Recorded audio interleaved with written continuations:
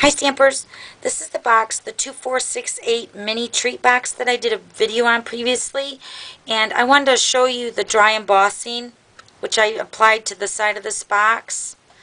Hopefully that's picking that up, but I'm going to show you how I did that today. I'm using the Barely Banana, and it's the textured cardstock, and this is for the box. I'm just going to show you the dry embossing. If you want to see the video, it's in my Stampin' gallery. So check that out. Alright, so let's get started. This is the light table that Stampin' Up! Sells, and there's actually a stand underneath there so you can set it up at an angle to work better on the surface. But for the sake of the video, I'm just going to go ahead and lay it flat. And there's a light switch at the bottom right front. You're just going to flip that on and hold it in for a minute, and then the light table is going to come on.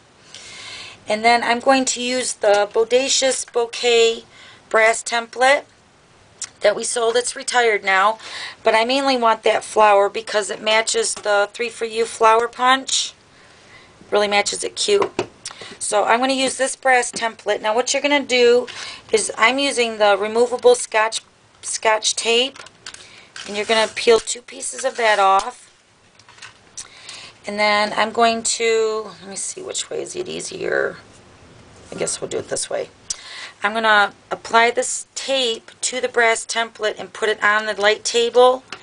And this tape will not be permanent, so you can remove the brass template and it won't hurt your light surface. Okay, so then I'm going to take my cardstock. Now I'm using the textured cardstock, and I want the textured side out. And you'll want to remember this too for your cards or your scrapbook pages, because whatever side you want showing out, that's the side you want to put facing down.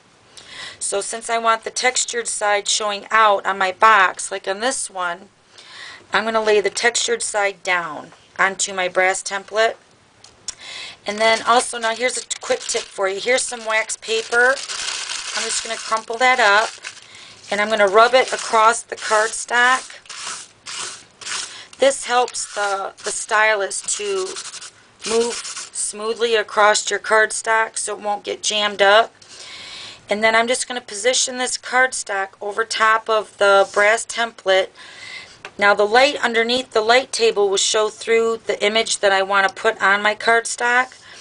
Now dark cardstock will not work because it does not show through, so hopefully that's picking that up. So like your Night of Navy and your black, you know, the darker shades of your cardstock will not show through on the light.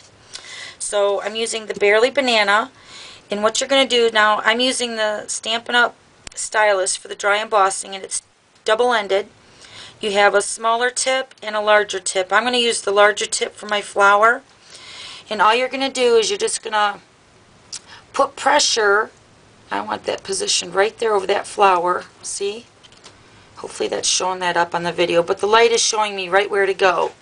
So what I'm going to do is I'm just going to follow that outline with my stylus. I'm just going to put some pressure as I'm moving the stylus across my cardstock, and you'll see the indentation when you're moving that.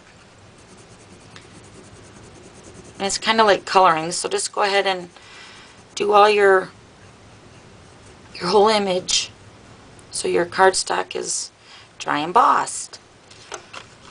And there's that. Hopefully you can see that.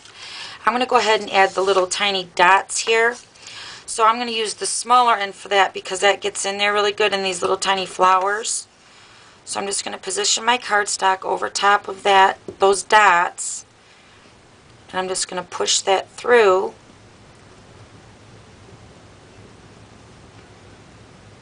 Like that. And then I'm going to move it over and do one up here.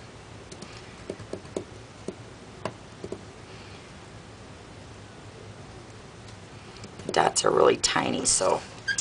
Alright, so then there's the dots in the flower. So let me go ahead and do one more. Position that flower from my front of my box. Flip it over, use the larger, and it covers more space. Our brass templates are in the catalog, and there's many that coordinate with our stamp sets, which is fabulous. And the light table's in there too, along with the stylus. So if you need any of these items, just let me know.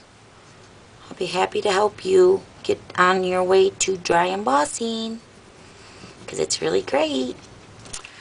Alright, so there's the dry embossed images. Aren't they cute? Let me do the circles.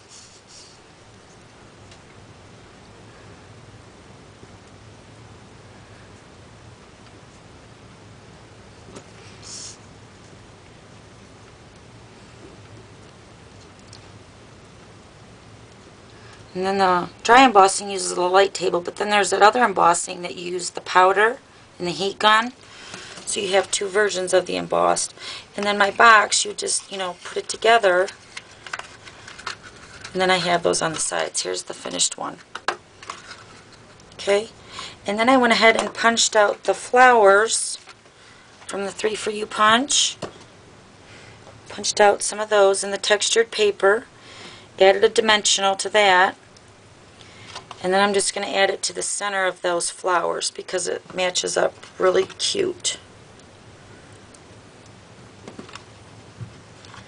Okay, isn't that cute? Let me turn the light off, maybe you can see it better. Alright, there you go. Dry embossing. We'll see ya. Bye.